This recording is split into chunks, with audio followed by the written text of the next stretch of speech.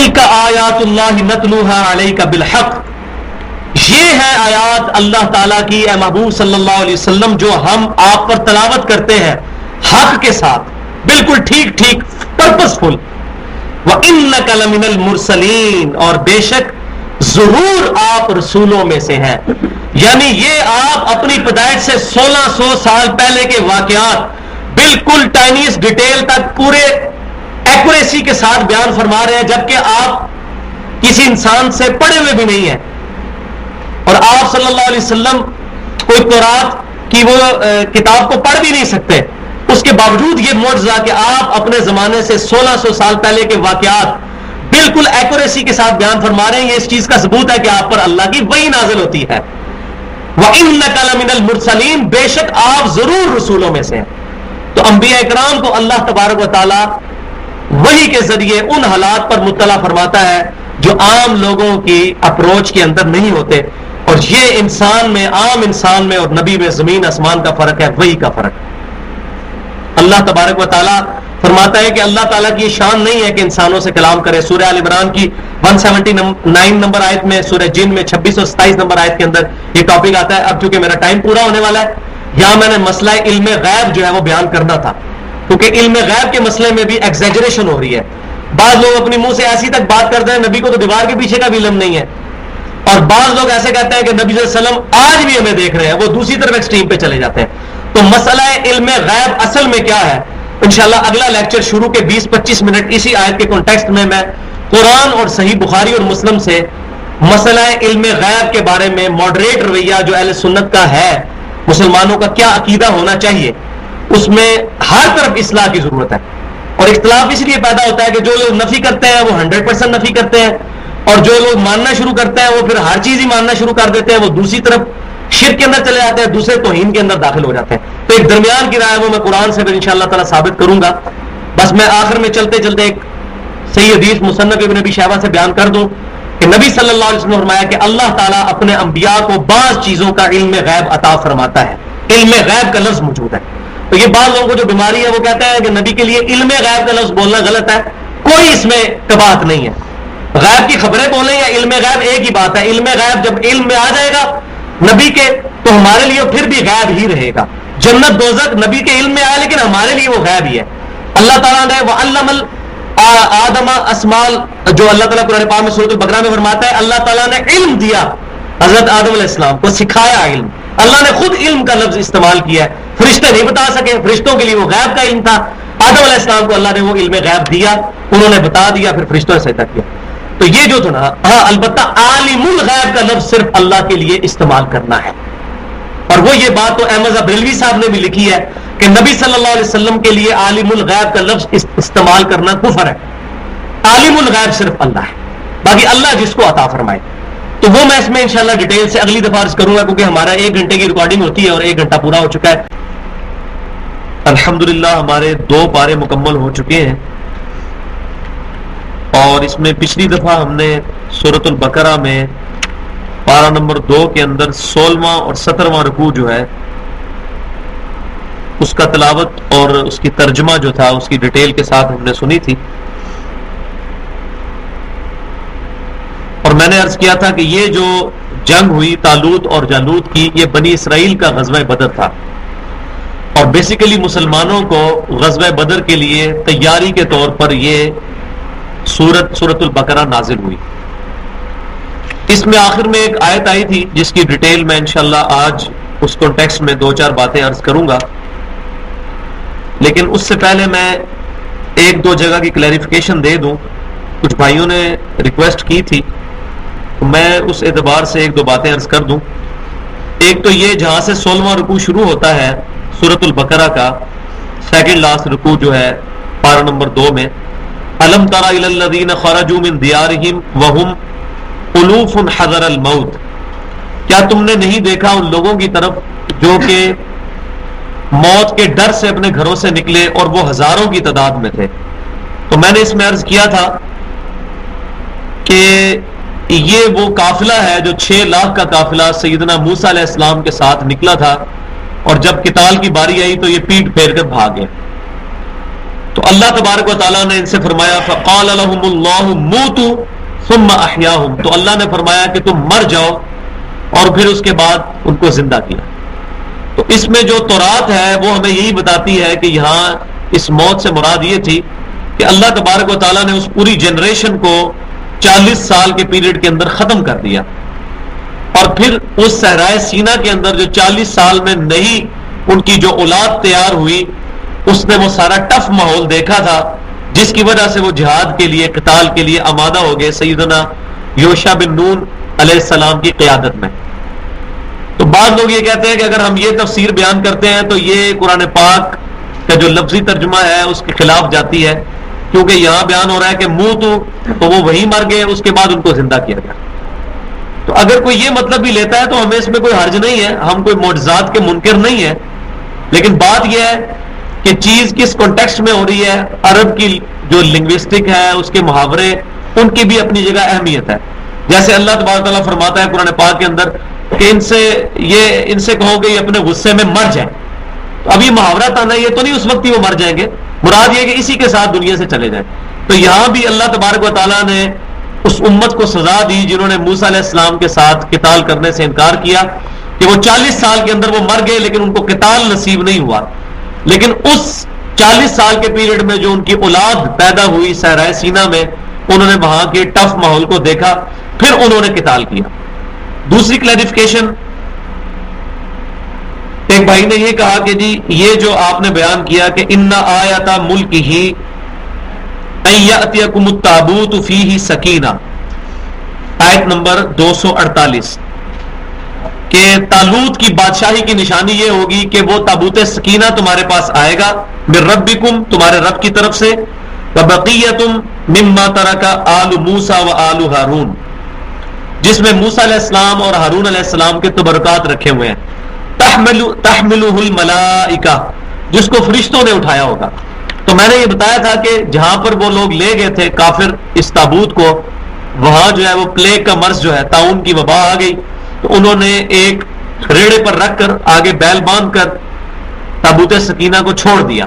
یہ تورات سے ہمیں پتہ چلتا ہے. اور پھر اللہ تبارک و تعالیٰ نے ایسا معاملہ فرمایا کہ وہ بیل جو ہے اس ریڑے کے ساتھ اس تابوت کو لے کر وہاں آ گیا.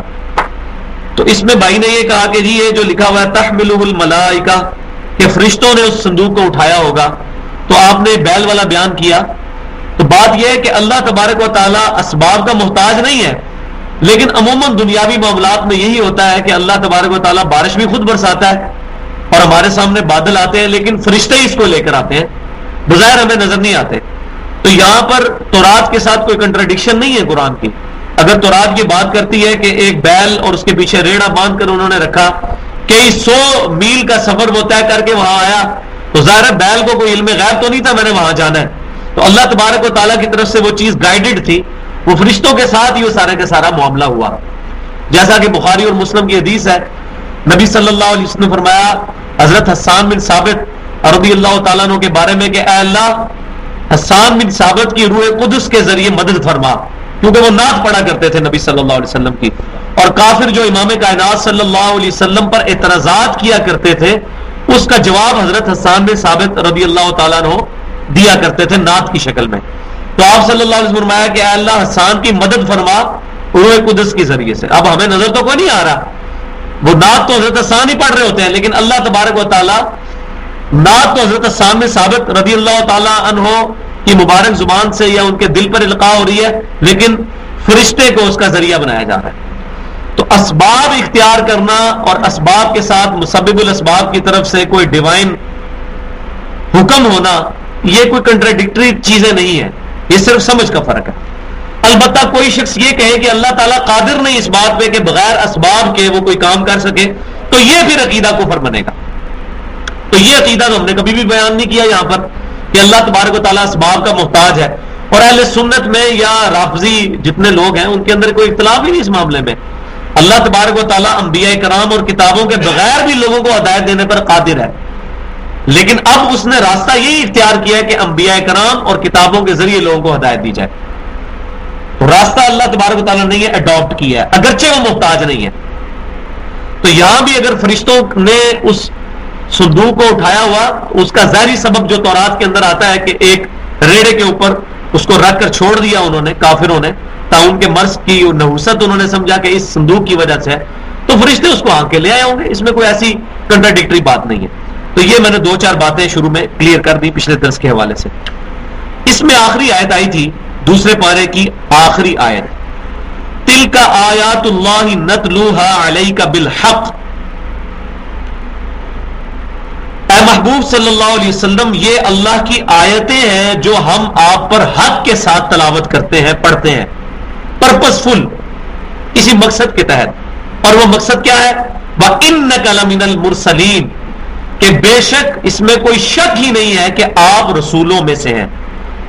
پہلے اِنَّا کے ساتھ تاکید، اور پھر لَمِنَ الْمُرْسَلِينَ، ضرور آپ رسولوں میں سے ہیں، کہ آپ صلی اللہ علیہ وسلم اپنی پیدائش سے 1600 سال پہلے کے واقعات بھی بالکل ٹائنیسٹ ڈیٹیل تک ایکوریسی کے ساتھ بغیر تورات اور انجیل کو پڑھے ہوئے ان لوگوں سے جو بیان فرما رہے ہیں، یہ اس چیز کا ثبوت ہے کہ آپ کے پاس وحی آتی ہے اللہ تعالیٰ، آپ کے پاس اللہ کی طرف سے غیب کی خبریں آتی ہیں۔ تو نبی اور عام آدمی میں یہ بہت بڑا فرق ہے کہ نبی جو ہوتا ہے اس کے پاس اللہ تبارک و تعالیٰ کی طرف سے غیب کی خبر آتی ہے، اور عام آدمی میں نہیں آتی اس طرح۔ اور یہ کوئی چھوٹا ڈفرنس نہیں، یہ بہت بڑا ڈفرنس ہے۔ جیسا کہ اللہ تبارک و تعالیٰ نے سورۃ آل عمران میں یہ بات ارشاد فرمائی، 179 نمبر آیت ہے، میں نکال لیتا ہوں یہاں پر۔ بسم اللہ الرحمن الرحیم، وَمَا كَانَ اللَّهُ لِيُطْلِعَكُمْ عَلَى الْغَيْبِ، اور اللہ کی یہ شان نہیں کہ تمہیں غیب پر اطلاع دے عام انسانوں، وَلَكِنَّ اللَّهَ يَجْتَبِي مِن رُّسُلِهِ مَن يَشَاءُ، بلکہ اللہ تعالیٰ چن لیتا ہے اپنے رسولوں میں سے جسے چاہتا ہے غیب کی خبروں کے لیے۔ تو اللہ تعالیٰ یہ اپنا ڈس آنر فیل کرتا ہے کہ ہر شخص پر اللہ تعالیٰ غیب کی خبریں کھولے، وہ اپنے رسولوں کو چوز کرتا ہے۔ تو رسول پر وحی کا آنا یہ رسول کی بہت بڑی شان ہے جو عام انسان اور رسول کو الگ کر دیتی ہے۔ اگرچہ قرآن پاک میں یہ ٹاپک ایڈریس ہوا سورۃ الکہف کے اندر جا کر، آخری آیات کے اندر اللہ تبارک و تعالیٰ نے نبی صلی اللہ علیہ وسلم کے بارے میں یہ چیز مینشن کی کہ اے محبوب صلی اللہ علیہ وسلم آپ فرما دیجئے کہ میں آپ کی تمہاری طرح کا ہی انسان ہوں، لیکن وہ کس کانٹیکسٹ میں ہے وہ میں یہاں پر عرض کر دوں۔ آج میں نے علم غیب کا مسئلہ جو ہے وہ اس کو ریزالو کرنا ہے، کیونکہ اس معاملے میں افراط و تفریط سے کام لیا جا رہا ہے۔ یہ آیت نمبر 110 سورۃ الکہف کی، قل انما انا بشر مثلکم، اے محبوب صلی اللہ علیہ وسلم آپ فرما دو کہ میں ہے تو تمہاری طرح انسان ہی ہوں، شان کے اعتبار سے نہیں، اپنی جنس کے اعتبار سے۔ شان کے اعتبار سے تو ہمارے پسینے میں سے بدبو آتی ہے، سیدنا ابوبکر صدیق رضی اللہ تعالیٰ عنہ کے بھی پسینے سے بدبو آتی ہے، اور بخاری اور مسلم کی حدیث ہے آپ صلی اللہ علیہ وسلم کے پسینے سے خوشبو آتی تھی۔ صحابہ کرام علیہم رضوان اس کو عطر کے طور پر استعمال کرتے تھے، بخاری اور مسلم میں موجود ہے۔ میں نے 12 ربیع الاول پہ اس پہ بڑا ڈیٹیل سے لیکچر دیا تھا، صرف بخاری اور مسلم سے میں نے بتایا تھا کہ نبی صلی اللہ علیہ وسلم جنس کے اعتبار سے تو انسان ہے لیکن ہماری طرح کے انسان نہیں ہے۔ اللہ تبارک و تعالیٰ نے آپ کو شانیں بڑی عرفہ و اعلیٰ عطا فرمائی ہیں۔ قل انما انا بشر مثلکم، اے محبوب صلی اللہ علیہ وسلم آپ فرما دو کہ میں انسان ہونے میں تو تمہاری طرح ہوں۔ یوحا الی انما الہکم الہ واحد، لیکن ساتھ ہی ایک بہت بڑی بات یہ ہے کہ میری طرف اللہ کی طرف سے یہ وحی ہوئی ہے کہ تمہارا کوئی الہ نہیں ہے مگر ایک اللہ الہ ہے۔ یہ آیت بتا رہی ہے کہ نبی صلی اللہ علیہ وسلم کو یہ جو اعلان فرمایا گیا کہ آپ صلی اللہ علیہ وسلم ارشاد فرمایا کہ میں تمہاری طرح کا انسان ہوں، کہیں ایسا نہ ہو کہ لوگ آپ صلی اللہ علیہ وسلم کی ایکسٹرا آرڈنری کوالٹیز کو دیکھ کر، آپ کے معجزات کو دیکھ کر آپ کے لیے ڈیوینٹی کلیم نہ کر دیں کہ یہ الہ ہے یا الہ کے بیٹے ہیں، جیسا کہ عیسیٰ بن مریم علیہ السلام کے بارے میں لوگوں نے اتنے بڑے بڑے معجزات دیکھے کہ مردوں کو زندہ کر دینا، مادر ذات کوڑی کو شفا دے دینا اللہ کے اذن سے۔ اس پہ لوگوں نے اتنے بڑے بڑے نظریات کھڑے کیے کہ یہاں تک کہ ان کو ڈیونٹی میں شریک کر دیا اللہ تعالیٰ کے ساتھ، اور کہا کہ یہ اللہ تعالیٰ کے بگاٹن سن ہیں، صلبی بیٹے ہیں، نعوذ باللہ من ذالک۔ تو اللہ تبارک و تعالیٰ نے یہاں پر یہ چیز ارشاد فرمائی، ساتھ ہی اے نبی تم فرماؤ میں تمہاری طرح کا انسان ہوں مگر مجھ پر وحی ہوتی ہے، اور کیا وحی ہوتی ہے؟ تمہارا الہ ایک ہے۔ ایسا نہ ہو کہ مجھے تم الہ مان لو، میرے معجزات کو دیکھ کر، میری شان کو دیکھ کر میرے لیے الوہیت نہ کلیم کر دینا۔ تو اس چیز کو مزید بریف کیا صحیح بخاری میں، امام کائنات صلی اللہ علیہ وسلم کی وہ حدیث مبارکہ، سیدنا عمر فاروق رضی اللہ تعالیٰ عنہ کہتے ہیں کہ آپ صلی اللہ علیہ وسلم نے ارشاد فرمایا کہ دیکھنا میرے بارے میں تم وہ بات نہ کہنا جو کہ عیسیٰ بن مریم کے بارے میں ان کے ماننے والوں نے، نصارہ نے کہی، میں اللہ کا بندہ اور اس کا رسول ہوں، مجھے اللہ کا بندہ اور اس کا رسول ہی کہنا۔ یعنی آپ صلی اللہ علیہ وسلم اگرچہ اتنی بڑی شان والے ہیں لیکن اللہ کے بندے اور رسول ہیں اور آپ کی مخلوق ہیں۔ تو یہ حدیث بھی یہ چیز شو کر رہی ہے کہ آپ صلی اللہ علیہ وسلم کی مبارک زبان سے جو نکلوایا گیا قل انما انا بشر مثلکم، اس کا مطلب یہ ہے کہ آپ کے لیے کوئی ڈیوینٹی کلیم نہ کر لے، الوہیت کے درجے پہ آپ کو فائز نہ کر دے۔ یہ آیت اس لیے نازل نہیں ہوئی ہے کہ ہم لوگوں کو یہ بتاتے پھرتے ہیں کہ نبی صلی اللہ علیہ وسلم ہماری طرح ہی تھے، یہ بھی دوسری ایکسٹریم ہے اور یہ گستاخی کے اندر چیز چلی جاتی ہے۔ ورنہ بخاری اور مسلم کی وہ متفق علیہ حدیث ہے، جب نبی صلی اللہ علیہ وسلم نے وصال کے روزے رکھے تو صحابہ کرام علیہم رضوان نے وصال کے روزے رکھنے شروع کیے، کنزیکٹو روزے، بغیر افطار کیے، اگلا روزہ پھر اگلا روزہ۔ صحابہ کرام نے اس سنت کو پورا کرنے کی کوشش کی تو بے ہوش ہو گئے۔ تو آپ صلی اللہ علیہ وسلم جلال میں آئے، آپ نے فرمایا ایکم مثلی، تم میں سے کون ہے جو میری مثل ہو؟ کسی نے نہیں پڑھا قل انما انا بشر مثلکم؟ کیا ان کو آیت نہیں آتی تھی؟ اور یہ آیت بھی مکے میں تھی اور روزے مدینے میں فرض ہوئے جا کر۔ تو آپ صلی اللہ علیہ وسلم کو یہ آیت کیوں نہیں سنائی؟ اس وجہ سے کہ ان کو پتا تھا کہ آپ صلی اللہ علیہ وسلم انسان تو ہیں، وعلیکم السلام، صنف انسانیت میں تو ہماری طرح ہیں لیکن اپنی شان اور رتبے اور کوالٹیز کے اعتبار سے ہماری طرح نہیں ہے۔ تو یہ بالکل ایکسٹریمز ہیں۔ یہ نہ ہو کہ کوئی ان کے لیے الوہیت کلیم کر دے، جیسا کہ آپ صلی اللہ علیہ وسلم نے کہ میرے بارے میں ویسا عقیدہ نہ رکھنا۔ عیسائیوں نے کہا کہ عیسیٰ علیہ السلام اللہ کے بیٹے ہیں، مسلمانوں میں نور من نور اللہ کا عقیدہ آ گیا، حالانکہ سورۃ الاخلاص کی آیت نمبر 3 ہے لم یلد ولم یولد، نہ اللہ میں سے کوئی نکلا نہ اللہ کسی میں سے نکلا، تو نور من نور اللہ کہاں سے ہو گیا؟ یہ دوسری ایکسٹریم ہے۔ اور ایک ایکسٹریم یہ ہے کہ نبی صلی اللہ علیہ وسلم کو اپنی طرح کا انسان ماننا، تو یہ بھی ظلم ہے۔ تو یہ آیا سورۃ الکہف کے آخری آیات کے اندر، اے نبی آپ فرماؤ میں تمہاری طرح کا انسان ہوں مگر مجھ پر وحی ہوتی ہے، تمہارا الہ ایک ہے۔ یہ کس طرف اشارہ کہ تم عیسیٰ علیہ السلام کی طرح مجھے الہ نہ مان لینا، میرے انسان ہونے کو بھی ذہن میں رکھنا۔ اس کا ثبوت یہ آیت ہے سورۃ المائدہ میں، لقد کفر الذین قالوا ان اللہ ثالث ثلاثہ، 73 نمبر آیت، بے شک وہ لوگ کافر ہو گئے جنہوں نے کہا اللہ تین میں سے ایک ہے۔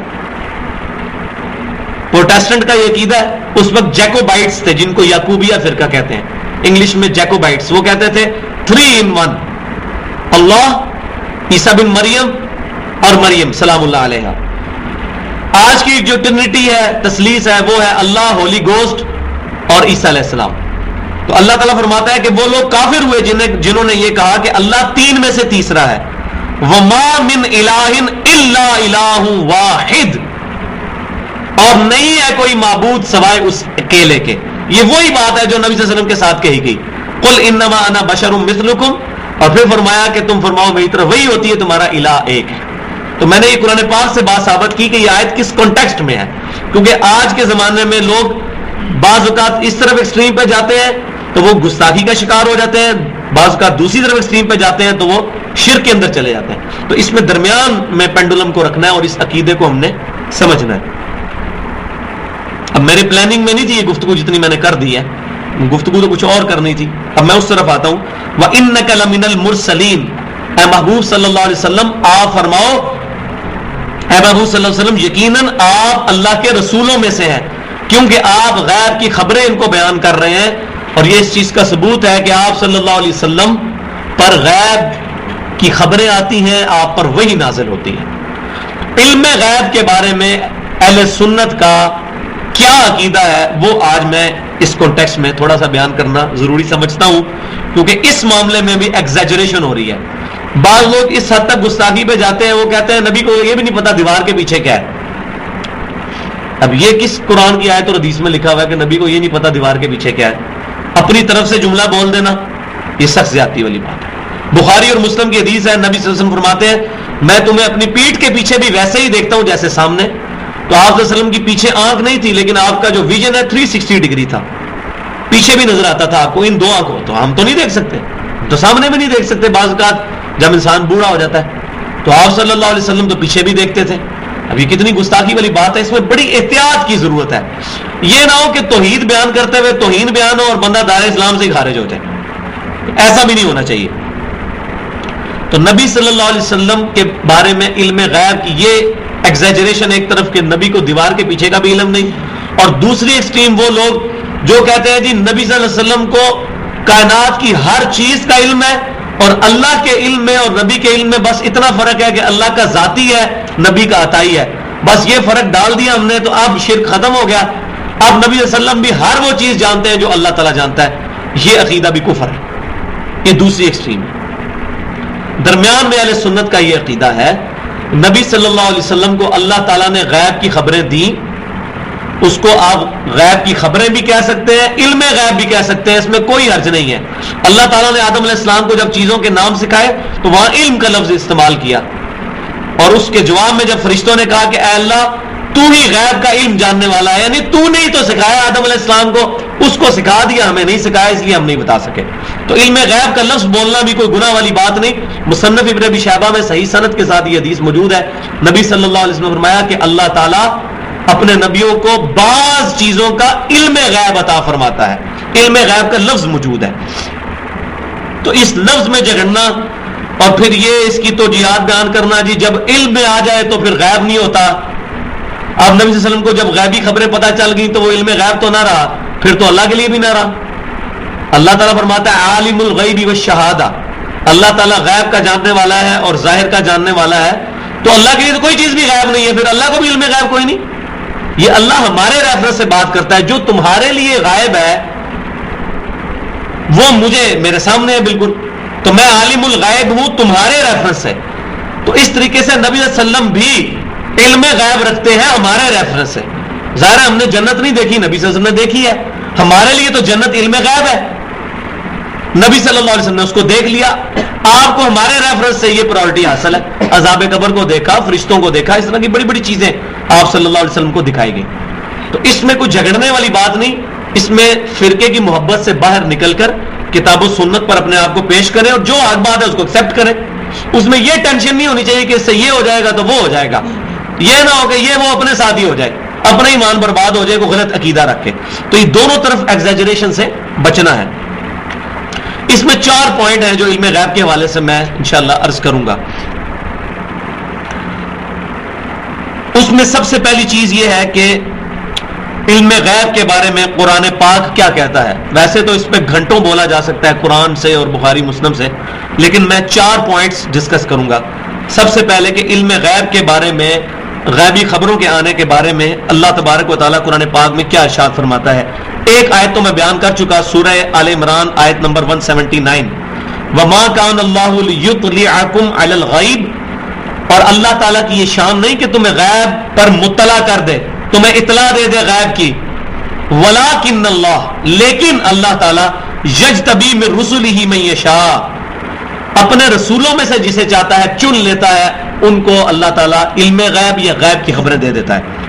فَآمِنُوا بِاللَّهِ وَرُسُلِهِ، پس ایمان لاؤ اللہ پر اور اس کے رسولوں پر۔ وَإِن تُؤْمِنُوا وَتَتَّقُوا فَلَكُمْ أَجْرٌ عَظِيمٌ، اور اگر تم ایمان لے آؤ اور تقوی اختیار کرو تو تمہارے لیے اجر عظیم ہے۔ اور دوسری آیت سورۃ الجن کے اندر آتی ہے، سورۃ الجن پارہ نمبر 29 کے اندر ہے، اس میں اللہ تبارک و تعالیٰ فرماتا ہے آیت نمبر 26 اور 27، عالم الغیب فلا یظہر علی غیبہ احدا، غیب کا جاننے والا یعنی اللہ اپنے غیب پر کسی ایک کو بھی مطلع نہیں کرتا، اطلاع نہیں دیتا، غیب کو ظاہر نہیں کرتا، الا من ارتضی من رسول، ہاں مگر اپنے رسولوں میں جس کے لیے راضی ہوتا ہے اس پر غیب کی خبریں کھول دیتا ہے. تو یہ دو آیات اس بات کا ثبوت ہے کہ انبیاء کرام کو غیب کی خبریں یا علم غیب دیا جاتا ہے. لیکن کتنا دیا جاتا ہے یہ اللہ اور اس کے رسول کا معاملہ ہے. البتہ ہمیں یہ پتا ہے کہ ہر چیز کا علم نہیں دیا جاتا. جو اللہ ان کے لیے بہتر سمجھتا ہے وہ عطا فرما دیتا ہے. جیسا موسیٰ علیہ السلام کو کئی ایسی چیزوں کا علم نہیں تھا جو کہ حضرت خضر علیہ السلام کو تھا. اگرچہ موسیٰ علیہ السلام حضرت خضر سے افضل ہے, لیکن اللہ تبارک و تعالیٰ نے خضر علیہ السلام کو کچھ ایسے علوم عطا فرما دیے, غیب کی خبریں جو حضرت موسیٰ علیہ السلام کو نہیں پتا تھی, اور وہ سورۃ الکہف میں ڈیٹیل سے واقعہ آئے گا. تو اللہ تبارک و تعالیٰ جس کے لیے چاہتا ہے غیب کو کھول دیتا ہے. تو ان دو آیات سے یہ بات پتہ چلی کہ اللہ تعالیٰ غیب پر اطلاع دیتا ہے اپنے انبیاء کرام علیہ السلام کو. لہذا یہ کیٹاگوریکل ڈینائی کرنا کہ نبیوں کو کوئی غیب نہیں پتا ہوتا, یہ بات غلط ہے. اور اگر کوئی اس سے یہ مطلب لیتا ہے, ہم اس لیے کہتے ہیں کہ لوگ یہ کہتے ہیں نبی خود غیب جان لیتا ہے. بھائی کوئی بھی نہیں کہتا نبی خود غیب جانتا ہے. اہل سنت کے لوانے والے بریلوی, دیوبندی, اہل حدیث تمام اسی طریقے سے اہل تشیعوں میں بھی کسی کا یہ عقیدہ نہیں ہے کہ نبی خود غیب جانتا ہے. یہ کسی کا عقیدہ نہیں ہے, بلکہ وہ تو نفی کرتے ہیں کہ اللہ کے بتائے سے جانتا ہے. یہ جھگڑا ہے ہی نہیں ہے. چونکہ یہ جھگڑا نہیں ہے تو لہٰذا یہ اس طریقے سے کیٹاگوریکل ڈینائی نہیں کرنا چاہیے کہ نبی غیب نہیں جانتا. یہ کبھی نہیں کہنا چاہیے. ہم کہتے ہیں نبی صلی اللہ علیہ وسلم کو جو اللہ نے چاہا غیب کی خبریں یا علم غیب دیا. اب یہ نہیں ہے کہ فیتا لے کے ناپنا شروع کر دیا جائے, یہ چیز پتا تھی یہ چیز نہیں پتا تھی. اس طریقے سے بھی حرکت نہ کی جائے. اور یہ جو حرکت کی جاتی ہے پھر بڑا ظلم ہوتا ہے اس میں. اب وہ صحیح بخاری سے وہ حدیث افک جو ہے پیش کی جاتی ہے کہ حضرت عائشہ رضی اللہ تعالیٰ عنہ پر تہمت لگی, نبی صلی اللہ علیہ وسلم کو 40 دن تک پتہ ہی نہیں چلا, نعوذ باللہ. تو یہ ایسا نہیں ہے. اسی حدیث میں بخاری کے اندر الفاظ موجود ہے, اللہ کی قسم مجھے اپنی بیوی سے صرف خیر کی امید ہے. تو نبی اگر اللہ کی قسم اٹھا رہے ہیں بغیر علم کے اٹھا سکتے ہیں. وہ آپ صلی اللہ علیہ وسلم کو اللہ تبارک و تعالیٰ نے جب اجازت دی, آیات نازل ہوئی, آپ صلی اللہ علیہ وسلم کو اللہ تبارک و تعالیٰ نے اس کا اظہار فرما دیا اس وقت. ورنہ آپ کے یہ الفاظ اس چیز کا ثبوت ہے کہ اللہ نے آپ کو اس پر مطلع کر دیا تھا کہ اللہ کی قسم میں اپنی بیوی کے بارے میں خیر کے سوا اور کسی اور چیز کو نہیں سمجھتا. آپ قسم اٹھا کے کہہ رہے ہیں. تو یہ قسم کے ساتھ جو علم ہوتا ہے وہ ڈیفینیٹ علم ہوتا ہے. تو یہ حدیث میں موجود ہے. وہ نکاح کے جب دکھاتے ہیں ادھر منہ بند ہو جاتا ہے سب کا. تو ہم یہ کہتے ہیں کہ نبی صلی اللہ علیہ وسلم کو جب اللہ تبارک و تعالیٰ چاہتا تھا غیبی خبریں عطا فرماتا تھا, اور ضروری نہیں کہ اسی وقت نبی صلی اللہ علیہ وسلم اس کو ظاہر فرمائے. بعض اوقات آپ اس وقت کر دیتے تھے, بعض اوقات بعد میں, اور بعض اوقات نہیں بھی کرتے تھے. ایسا بھی ہوتا تھا. بخاری مسلم میں موجود ہے, حضرت ابوبکر صدیق رضی اللہ تعالیٰ بیٹھے ہوئے تھے, ایک صحابی ہے, انہوں نے اپنا خواب بیان کیا, تو آپ صلی اللہ علیہ وسلم تعبیر بیان کرنے لگے. تو حضرت ابوبکر صدیق نے کہا میں تعبیر بیان کرتا ہوں. انہوں نے بیان کی تو آپ صلی اللہ علیہ وسلم نے پوچھا یا رسول اللہ میں نے صحیح کی؟ آپ نے فرمایا کچھ صحیح کی اور کچھ غلط. تو انہوں نے کہا کہ میں آپ کو اللہ کی قسم دیتا ہوں کہ آپ اس کی صحیح تعبیر بیان کریں. تو آپ فرمایا مجھے قسم نہ دو, لیکن آپ نے تعبیر بیان نہیں کی. اس طرح کتنی چیزیں ہیں جو اللہ تعالیٰ نے آپ کو بتا دی تھی لیکن آپ نے امت پر ظاہر نہیں کی. اگر کی تو کسی ایک بندے پر, لیکن وہ تمام چیزیں ایسی نہیں تھی جو امت کی ضرورت تھی. جیسے حذیفہ بن یمان رضی اللہ تعالیٰ عنہ کو منافقین کے نام بتا دیے اور کسی کو نہیں بتائے. سیدنا ابو ہریرہ رضی اللہ تعالیٰ عنہ کو بنو قریش کے, بنو امیہ کے لونڈوں کے نام بتا دیے, ان لڑکوں کے جن کے ہاتھوں امت کی تباہی ہونے والی تھی, یزید بن معاویہ اور عبد الملک بن مروان اور یہ سب لوگ. اسی لیے حضرت ابو ہریرہ رضی اللہ تعالیٰ دعا کرتے تھے اللہ مجھے 60 کے فتنے اور نوجوان لڑکوں کی حکومت سے پہلے موت دے دینا. تو آپ کو یہ باتیں بتا دی تھی, لیکن اس سے ہمارا کوئی غرض نہیں ہے, کوئی دین کا مسئلہ نہیں ہے یہ. تو نبی صلی اللہ علیہ وسلم بعض اوقات اظہار نہیں بھی فرماتے تھے. لہٰذا یہ خود سے ناپنے کی کوشش نہیں کرنی چاہیے, خاموشی اختیار کر لینی چاہیے. بس ٹو دی پوائنٹ مسئلہ بیان کریں. یہ نہ ہو کہ کہیں ہم نفی کر دیں اور وہاں پھر معاملہ جو ہے وہ خراب ہو جائے. تو بڑی احتیاط کے ساتھ جہاں آپ صلی اللہ علیہ وسلم نے خود نفی فرمائی ہو وہاں پر اتنے درجے کی آپ چیز بیان کر دیں, اپنی طرف سے نہ کوئی چیز ایڈ کریں نہ مائنس کریں. دوسرا پوائنٹ اس میں یہ ہے, علم غیب کے بارے میں قرآن میں ایک آیت ایسی ہے جو میں سمجھتا ہوں کہ علم غیب کے جھگڑے کو بالکل ختم کر دیتی ہے. اس سے بہتر آیت اس کانٹیکسٹ میں میرے علم میں نہیں ہے قرآن کے اندر, اس سے بہتر سمجھانے کے اعتبار سے. اور میں نے الحمدللہ بڑے بڑے جو علم غیب کے معاملے میں غلو رکھنے والے لوگ تھے ان پر یہ آیت پیش کی ہے, وہ بول نہیں سکے اس آیت کے بعد. اور یہ آیت میں آپ کو بیان کر دیتا ہوں. آج سورہ التحریم کی آیت نمبر 3 28ویں پارے کے اندر. 28واں پارہ آپ نکال لیں, یہ آیت نکال لیں, بہتر ہے جب قرآن پاک پورا موجود ہے. پارہ نمبر 28 کا سیکنڈ لاسٹ صفحہ ہے, آخری صفحے سے پہلے والا صفحہ سورہ التحریم شروع ہو رہی ہے اور آیت نمبر ہے 3 شروع میں ہی. حدیث نکال لیے. یا ایھا النبی لما تحرم ما احل اللہ لک, یہ والی جو سورت ہے اس میں آیت نمبر 3 ہے. وَإِذَا أَسَرَّ النَّبِيُّ إِلَىٰ بَعْضِ أَزْوَاجِهِ حَدِيثًا. مل گئی جی آج سب کو. اب یہ بہت امپورٹنٹ آیت ہے, علم غیب کا مسئلہ آج بالکل حل کر دے گی انشاءاللہ. اور وہ وقت بھی یاد کرنے کے قابل ہے جب نبی صلی اللہ علیہ وسلم نے اپنی بیویوں میں سے کسی کو ایک راز کی بات بتائی. مل گیا جی سب کو. ہاں جی. وَإِذَا أَسَرَّ النَّبِيُّ إِلَىٰ بَعْضِ أَزْوَاجِهِ حَدِيثًا, اور وہ وقت یاد کرنے کے قابل ہے کہ جب نبی صلی اللہ علیہ وسلم نے اپنی بیویوں میں سے کسی کو ایک راز کی بات بتائی.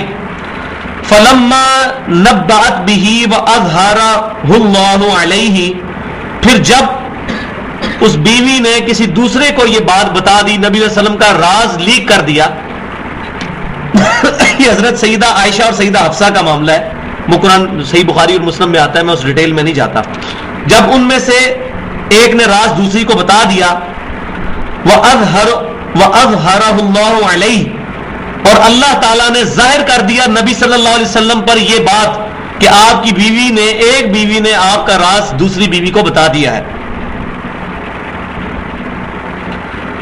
عَرَّفَ بَعْضَهُ وَأَعْرَضَ عَنْ بَعْضٍ, تو نبی صلی اللہ علیہ وسلم نے اپنی بیوی کو کچھ بات یہ بتا دی کہ تم نے یہ بات آگے کر دی, اور کچھ سے آپ نے خود ہی چشم پوشی فرما لی, پوری بات نہیں. اور یہ اچھے استاد کا طریقہ ہوتا ہے کہ جب وہ کسی میں غلطی دیکھتا ہے تو یہ نہیں ہے کہ اس کی پوری غلطی الف سے یہ تک اس کو زیرو سے ضرب دے دے, کچھ چیز پوائنٹ آؤٹ کی, باقی اشارہ نہیں بات کہ اگلے کو پتہ چل جائے.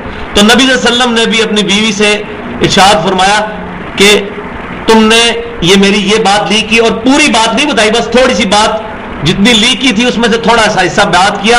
اور یہاں بھی دیکھیں نبی صلی اللہ علیہ وسلم اللہ ہمارا وَأَعْرَضَ عَنْ بَعْضٍ, اور بعض سے آپ نے چشم پوشی کی.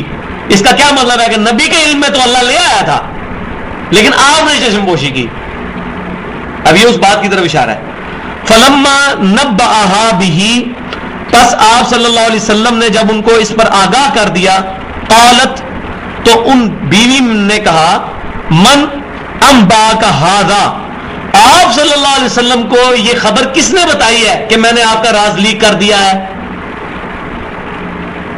اس سے کیا پتا چلا کہ نبی صلی اللہ علیہ وسلم کے بارے میں امہات المومنین کا یہی عقیدہ تھا کہ آپ صلی اللہ علیہ وسلم خود غیب نہیں جانتے. تو انہوں نے پوچھا کہ آپ کو کیسے یہ بات پتا چل دی کہ آپ کا راز میں نے لیک کر دیا ہے. قال نبأنی العلیم الخبیر, تو نبی صلی اللہ علیہ وسلم نے فرمایا کہ مجھے اس نے آگاہ کیا ہے جو علم رکھنے والا ہے, خبر رکھنے والا ہے, خبیر ہے, مجھے اس نے آگاہ کیا ہے. تو اس سے یہ مسئلہ بالکل کلیئر ہو گیا کہ امہات المومنین کا یہ عقیدہ تھا کہ نبی صلی اللہ علیہ وسلم خود غیب نہیں جان لیتے, ورنہ تو ان کو کہا نہیں تھا یا رسول اللہ آپ تو غیب جان لیتے اسی لیے آپ کو پتہ چل گیا ہوگا. کہا آپ کو کس نے بتا دی یہ بات؟ تو اللہ نبی صلی اللہ علیہ وسلم نے فرمایا, یہ نہیں فرمایا کہ میں نے خود جان لیا, آپ نے فرمایا مجھے العلیم اور خبیر نے خبر دی ہے. یہ ایک آیت ہی علم غیب کا مسئلہ بالکل کلیئر کر دیتی ہے. یہ دوسرا پوائنٹ ہو گیا. اور تیسرا اور چوتھا پوائنٹ تھوڑا سخت انداز میں ہے, اس میں کافی سارے لوگ بھی رگڑے جائیں گے خصوصاً چوتھے پوائنٹ کے اندر. تیسرا پوائنٹ یہ ہے کہ سورہ التوبہ کی 118 نمبر آیت کے اندر تین, وہ نکالنے کی ضرورت نہیں ہے, وہ پڑھنی نہیں آیت, 118 نمبر آیت کے اندر تین صحابہ کرام علیہم رضوان کی توبہ کا ذکر ہے. غزوہ تبوک کے موقع پر جب نبی صلی اللہ علیہ وسلم کی طرف سے یہ اعلان ہوا کہ سب کے سب لوگ قتال میں شریک ہوں گے, اور یہ پہلا موقع تھا جب نبی صلی اللہ علیہ وسلم کی طرف سے اللہ تبارک و تعالیٰ نے آپ صلی اللہ علیہ وسلم کے ذریعے صحابہ کرام تک یہ بات پہنچائی کہ اب کوئی بھی پیچھے نہیں رہے گا. یہ جہاد آپشنل نہیں ہے, قتال سب نے چلنا ہے. آپ تو 30,000 کا لشکر لے کے مدینہ شریف سے نکلے, سیدنا علی کو آپ نے پیچھے چھوڑ دیا. سیدنا علی بڑے افسردہ ہوئے, بخاری مسلم کے الفاظ ہیں, آپ صلی اللہ علیہ وسلم فرمایا کہ اے علی کہ کیا تمہارے لیے بات کافی نہیں ہے کہ تمہاری میرے ساتھ وہ نسبت ہے جو ہارون علیہ السلام کی موسیٰ علیہ السلام کے ساتھ تھی. جب موسیٰ علیہ السلام کو طور پہ گئے تھے کس کو پیچھے چھوڑ کے گئے تھے؟ ہارون علیہ السلام. تو نبی صلی اللہ علیہ وسلم جب غزوہ تبوک کے موقع پر گئے تو سیدنا علی کو چھوڑ کر گئے پیچھے. تو یہ بہت بڑی فضیلت ہے. اسی وجہ سے حضرت سعد بن ابی وقاص رضی اللہ تعالیٰ عنہ کہتے ہیں کہ 3 باتیں ایسی ہیں کہ میرے بارے میں نبی صلی اللہ علیہ وسلم ان میں سے کوئی ایک بات بھی فرما دیتے نا تو میرے لیے سرخ اونٹوں سے بہتر تھی. ان 3 میں سے ایک بات یہ تھی کہ نبی نے فرمایا کہ علی کی میرے ساتھ وہ نسبت ہے جو ہارون کی موسیٰ کے ساتھ. اور دوسری بات آپ صلی اللہ علیہ وسلم نے صحیح مسلم کے الفاظ ہیں, یہ حدیث بھی صحیح مسلم میں ہے, سعد بن ابی وقاص والی, اپنی چادر کے نیچے سیدہ فاطمہ, سیدنا حسن, حسین, سیدنا علی کو لیا اور کہا اے اللہ یہ میرے اہل بیت ہے, جب آیت مباہلہ نازل ہوئی. اور تیسری بات غزوہ خیبر کے موقع پر بخاری اور مسلم کی حدیث ہے, نبی صلی اللہ علیہ وسلم نے کل میں اس شخص کے ہاتھ میں جھنڈا دوں گا جو اللہ اور اس کے رسول سے محبت کرتا ہے اور اللہ اور اس کے رسول اس سے محبت کرتے ہیں. اور لوگ رات کو بڑی بے چینی میں رات گزاری اور صبح جلدی جلدی امام کائنات صلی اللہ علیہ وسلم کی خدمت میں حاضر ہوئے کہ یہ فضیلت کس کے حصے میں آتی ہے. تو آپ صلی اللہ علیہ وسلم نے سیدنا علی کو جھنڈا عطا فرمایا. یہ 3 فضیلتیں ہیں جن کی وجہ سے حضرت سعد بن ابی وقاص حضرت علی پر رش کیا کرتے تھے. تو یہ بائی دا وے بات آئی, غزوہ تبوک کے موقع پر سیدنا علی کو پیچھے چھوڑا اور آپ سے چلے گئے. 3 صحابہ ایسے تھے جن میں ٹاپ آف دا لسٹ سیدنا کعب بن مالک رضی اللہ تعالیٰ عنہ اس حدیث کے راوی ہیں, بخاری اور مسلم کی متفق علیہ حدیث ہے, جو غزوہ تبوک کا جو ہے اس میں کتاب التفسیر چیپٹر سورہ توبہ کی 113 نمبر آیت کی تفسیر کے اندر امام بخاری حدیث, بڑی لمبی حدیث ہے, اس کو لے کے آئے. تو کعب بن مالک رضی اللہ تعالیٰ عنہ بھی اپنی سمجھیں کہ نفس کی وجہ سے, ظاہر نفس تو ہر انسان کے ساتھ لگا ہوا ہے, نفس کی وجہ سے مغلوب ہوئے اور نبی صلی اللہ علیہ وسلم کے ساتھ جہاد میں نہیں جا سکے. پہلے انہوں نے ارادہ کیا کہ میں جو کل چلا جاؤں گا, کل کرتے بڑی لیٹ ہو گئے. یہ بڑی لمبی حدیث ہے, وہ ضرورت نہیں ادھر بیان کرنے کی, اس میں سے چند الفاظ ہیں جو میں نے بیان کرنے ہیں. تو جب نبی صلی اللہ علیہ وسلم واپس تشریف لے آئے تو اب جو منافقین جان بوجھ کر پیچھے رہ گئے تھے انہوں نے جا کے اللہ کے نبی سے بہانے کرنے شروع کر دیے صلی اللہ علیہ وسلم. یا صلی اللہ علیہ وسلم میری بیوی بیمار تھی, کسی نے کہا جی میرے ساتھ یہ مسئلہ بن گیا, کسی نے کہا میرے ساتھ یہ مسئلہ بن گیا, کسی نے کہا میرے ساتھ یہ مسئلہ بن گیا. تو کعب بن مالک رضی اللہ تعالیٰ عنہ کہتے ہیں کہ میں نے بھی ارادہ کیا کہ میں نبی صلی اللہ علیہ وسلم سے جھوٹ بول دوں. آگے ان کے الفاظ ذرا سنیں. وہ کہتے ہیں جو نبی صلی اللہ علیہ وسلم سے جھوٹا بہانہ کرتا تھا تو آپ صلی اللہ علیہ وسلم اس کے بہانے کو ایکسپٹ کر لیتے تھے, اور آپ صلی اللہ علیہ وسلم کو اس وقت تک پتہ نہیں چلتا تھا جب تک کہ اللہ کی طرف سے وہی نازل نہ ہو جائے. تو میں نے بھی یہ ارادہ کیا کہ میں آپ صلی اللہ علیہ وسلم کے ساتھ غلط بیانی کروں, جھوٹ بول دوں, تو نبی صلی اللہ علیہ وسلم تو کم از کم مجھ سے راضی ہو جائیں گے. لیکن پھر مجھے خیال آیا کہ اللہ تو آپ کو بتا ہی دے گا کہ میں نے جھوٹ بولا ہے. تو میں اس ارادے سے پھر پیچھے ہٹ گیا کہ اللہ تعالیٰ بتائے گا, پھر تو اللہ بھی راضی, اس کا رسول بھی ناراض, اللہ بھی ناراض ہو جائے گا.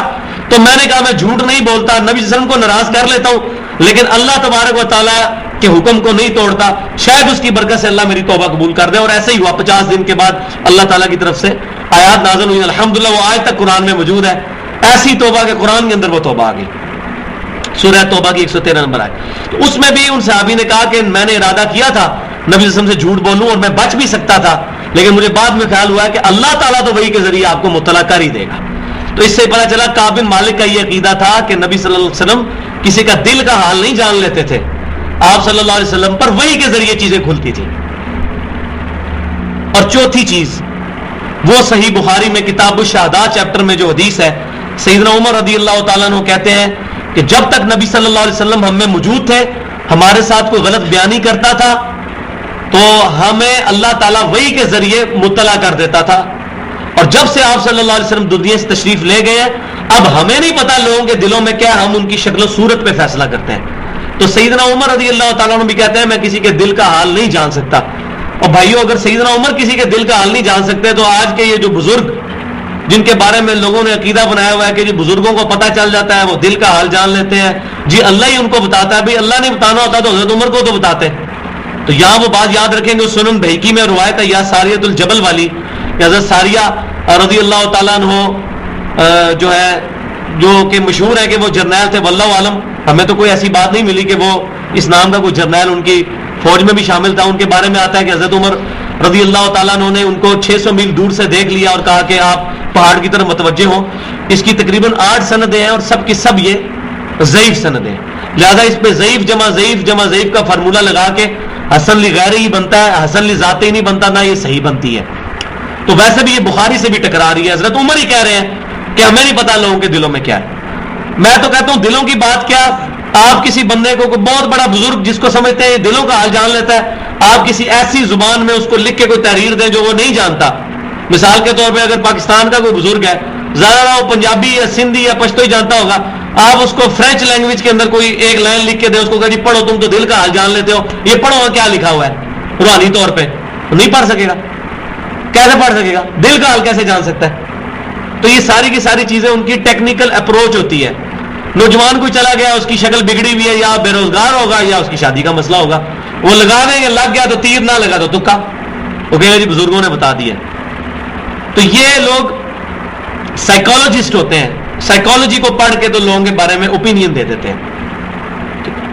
ابھی آپ دیکھ لیں, شکر ہے کہ پاکستان میچ ہار گیا, یہ جو سیمی فائنل والا, ورنہ سارے نجومی سارے بزرگ کہہ رہے تھے پاکستان میچ جیت جائے گا. 2011 کا جو یہ ورلڈ کپ کا جو سیمی فائنل آ رہا ہے, اور انڈیا کے اندر کتنے طوطوں نے فال نکالا ہے, پاکستان کا نام نکلا ہے, وہ طوطے بھی مار دیے انڈینز نے. کم از کم اب ان کو بھی عقل کر لینی چاہیے کہ یہ سب کے سب جو ہیں یہ سب جھوٹی سائنسز ہیں, یہ اس کا کوئی سائنس کے ساتھ تعلق نہیں ہے. اور خدا نہ خاصا پاکستان جیت جاتا تو طوطوں پہ لوگوں کا ایمان ہو جانا تھا کہ طوطے وال نکالتے ہیں, یہ صحیح ہے. تو میں تو کہتا ہوں اللہ تعالیٰ نے یہ میچ ہروا کے کروڑوں لوگوں کا ایمان بچا لیا ہے.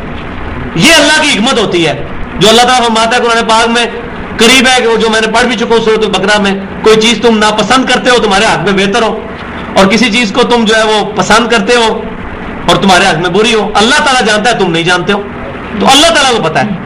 اور پھر استغفر اللہ, اگر پاکستان جیت جاتا, ہو سکتا ہے اس رات کو کتنی برائیاں اور گناہ کے کام ہوتے, کتنی جو ہے وہ حرام خوریاں ہوتی, اور شراب اور زنا, اور اس طریقے سے یہ جو میوزک پہ جو دھمال مچائے جاتے پوری روڈوں کے اوپر, کس قدر شریعت کی جو ہے وہ حدیں توڑی جاتی, اور اس کی وجہ سے خدا نہ خاصا اللہ کی طرف سے عذاب آ جاتا زلزلے یا سیلاب کی صورت میں, تو وہ نقصان بڑا.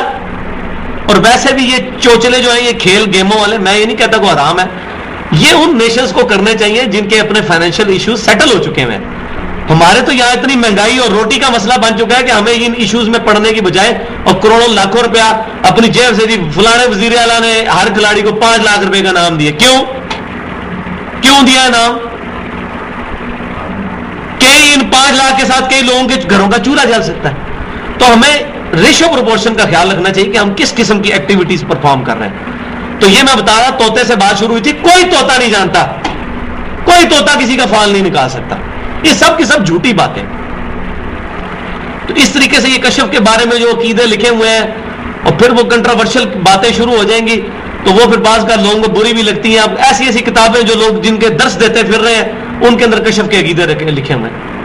اب وہ عقیدے ہم لوگوں کے سامنے بیان کریں, لوگ کہتے ہیں یہ آپ کیا کرنے لگے ہیں, آپ بزرگوں کے خلاف بولتے ہیں.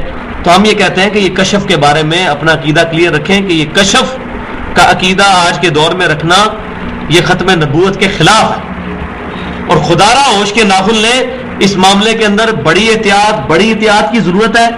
ورنہ خدا نہ خواستہ اگر کوئی ایسا معاملہ ہو گیا کہ ہم نے کوئی ایسا عقیدہ وابستہ کر لیا اللہ تبارک و تعالیٰ کے بتائے ہوئے نظریات کے خلاف, تو خدا نہ خواستہ قیامت دن ہماری پکڑ ہو گئی تو ہمارا بیڑا غرق ہو جائے گا. اب میں چلتے چلتے صرف ایک توجہ کے لیے آپ کے لیے اب ان لوگوں کی کتاب سے پیش کرنے لگا ہوں کہ جن کا یہ دعویٰ ہے کہ ہم بہت بڑے مواحد ہیں, ہماری توحید صحیح ہے. اب یہ آپ توحید دیکھ لیں, اللہ تعالیٰ کیا فرماتا ہے. مولانا شیخ ذکریہ صاحب تبلیغی جماعت کے بہت بڑے بزرگ گزرے ہیں, اللہ تعالیٰ ان کی غلطیاں معاف کرے, اب فوت ہو چکے ہیں, ہم ان کے بارے میں کوئی بری بات نہیں کرتے, لیکن بات یہ ہے کہ ان کی کتابوں میں جو باتیں لکھی ہوئی ہیں آج ہم پبلک کو تو بتائیں گے کہ یہ قرآن اور حدیث کے خلاف ہے. تو کتب خانہ فیضی جو ہے رائے ونڈ کا اپنا مکتبہ ہے, وہاں سے کتب خانہ فیضی اس کو کہتے ہیں, فضائل اعمال شائع ہوتی ہے. فضائل اعمال کتب خانہ فیضی کی جو فضائل اعمال ہے اس کا 484 نمبر صفحہ ہے, جس میں شیخ ذکریہ صاحب لکھتے ہیں کہ نبی صلی اللہ علیہ وسلم کی وفات کے 650 سال کے بعد کا یہ واقعہ ہے. ابو یزید قرطبی, تو یہ شیخ ابو یزید قرطبی جو ہے یہ حضور صلی اللہ علیہ وسلم کی وفات کے 650 سال کے بعد آئے ہیں. تو 650 سال کا انسا اس میں نہیں لکھا, یہ میں نے خود بیان کیا کیونکہ مجھے پتا ہے کہ وہ کب آئے ہیں اسماء و رجال کے علم کے تحت. تو نبی صلی اللہ علیہ وسلم کی وفات کے 650 سال کے بعد شیخ ذکریہ صاحب 484 صفحے فضائل اعمال کتب خانہ فیضی میں لکھتے ہیں کہ شیخ ابو یزید قرطبی کے پاس ایک نوجوان آیا جس کو جنت اور دوزخ کا کشف ہو جاتا تھا, وہ بتا دیتا تھا کون جنت میں ہے کون دوزخ میں, ولیعوذ باللہ تعالی. سیدنا عمر تو پوری زندگی حضرت حذیفہ بن یمان سے پوچھتے تھے میرا نام منافقین میں تو نہیں اللہ کے نبی نے آپ کو بتایا. حضرت عمر کو تو کوئی کشف نہیں تھا ہوتا جنت دوزخ کا. یہ 650 سال کے بعد کو حضرت عمر سے بھی کوئی بڑی شخصیت آئی ہے نعوذ باللہ من ذالک جس کو جنت اور دوزخ کا کشف ہو جاتا تھا. تو شیخ ابو یزید قرطبی کہتے ہیں میرے پاس آیا وہ تو بیٹھ کے اس نے چیخ ماری اور رونا شروع کر دیا. یہ خواب کا واقعہ نہیں بیان ہو رہا. کوئی یہ نہ کہ جی خواب تو دکھا سکتا ہے, خواب کا معاملہ ڈفرنٹ ہے. خواب یا شیطان کی طرف سے ہوں گے یا رحمان کی طرف سے. وہ غیب کی خبر خواب سے آ سکتی ہے لیکن اس کو بھی قرآن حدیث پہ پیش کرنا ہے. وہ بخاری مسلم میں جو ہے کہ میری وفات کے بعد غیب کی خبریں ختم سوائے مبشرات کے, اور وہ خواب ہیں یا شیطان کی طرف سے یا اللہ کی طرف سے, تو وہ بھی قرآن حدیث پہ چیک ہوگا. لیکن یہ بیداری میں بات ہو رہی ہے, اس نے چیخ ماری رونا شروع کر دیا اور کہا شیخ میں دیکھ رہا ہوں کہ میری ماں کو فرشتے دوزخ کی طرف لے کے جا رہے ہیں. اب شیخ صاحب کہتے ہیں میں نے 70,000 دفعہ کلمہ پڑھ کے 70,000 دفعہ کی کئی ایک جو ہے وہ بنڈل بنا کے اپنے پاس رکھے ہوئے تھے. میں نے وہاں بیٹھے بیٹھے دل میں اس کو اصالہ ثواب کر دیا, یا آج کے زمانے میں سمجھے TCS کر دیا. 70,000 دفعہ کلمہ اس کی ماں کو. اور میں نے کہ یہ روایت پڑھی تھی کہ اگر 70,000 دفعہ کلمہ کسی کو بخش دیا جائے تو اللہ تبارک و تعالیٰ نعوذ باللہ مجبور ہو جاتا ہے, اس کو معاف کرے گا ہی کرے گا.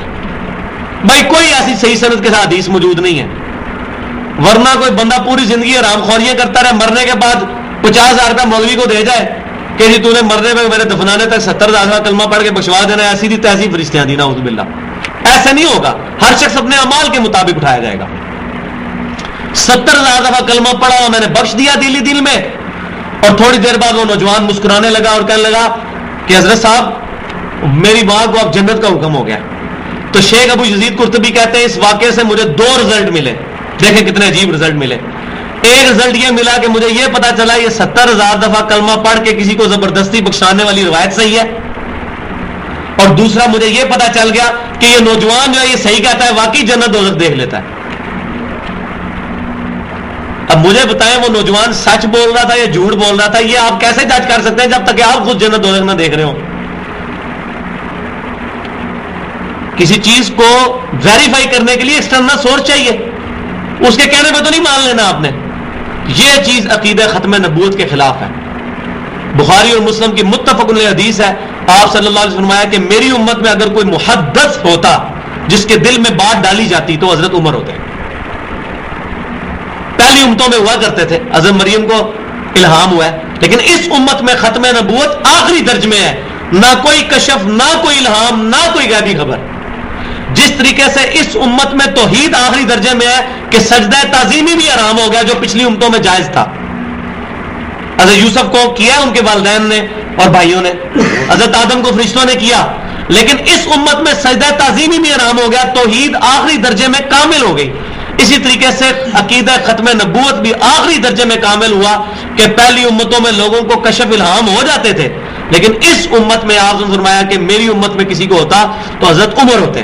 اور حضرت عمر کا قول میں نے بخاری سے پڑھ دیا. آپ رضی اللہ تعالیٰ کہتے ہیں جب تک اللہ کے نبی موجود تھے ہم سے کوئی غلط بیانی کرتا تھا اللہ وحی کے ذریعے بتا دیتا تھا. اب آپ کی وفات کے بعد ہم لوگوں کی شکلوں پہ فیصلہ کرتے ہیں, ہمیں نہیں پتا لوگوں کے دلوں میں کیا ہے. تو حضرت عمر تو انکاری ہو گئے. اب پیچھے کے لوگ اپنے بزرگوں کے بارے میں ثابت کرتے پھریں, یہ سخت گستاخی ہے, عقیدہ ختم نبوت کے خلاف ہے یہ جو واقعہ ہے.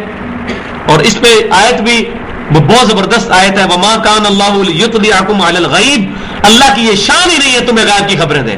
اللہ کی بے عزتی کرنے والی بات ہے اگر کوئی شخص یہ کہتا ہے کہ کسی غیر نبی کے اوپر وہی یا کشف یا یہ سلسلہ ہوتا ہے. یہی بات غلام احمد قادیانی نے کی تھی, اس کے خلاف سارے پنجے جھاڑ کے پیچھے پڑ گئے اور اس کو کافر کہا, جو بالکل صحیح کہا. لیکن یہ تو نہیں ہے کہ غلام احمد قادیانی کہے تو وہ کافر اور کوئی اور کہے تو وہ بزرگ کا بزرگ ہی. یہ دوغلی پالیسی نہیں ہونی چاہیے. کوئی بندہ بھی بات کرے قرآن و سنت کے خلاف, خواہ وہ بریلوی ہو, دیوبندی ہو, اہل حدیث ہو, قادیانی ہو, رافضی ہو, کوئی بھی ہو, اس کی بات کتاب و سنت پر پیش کرے.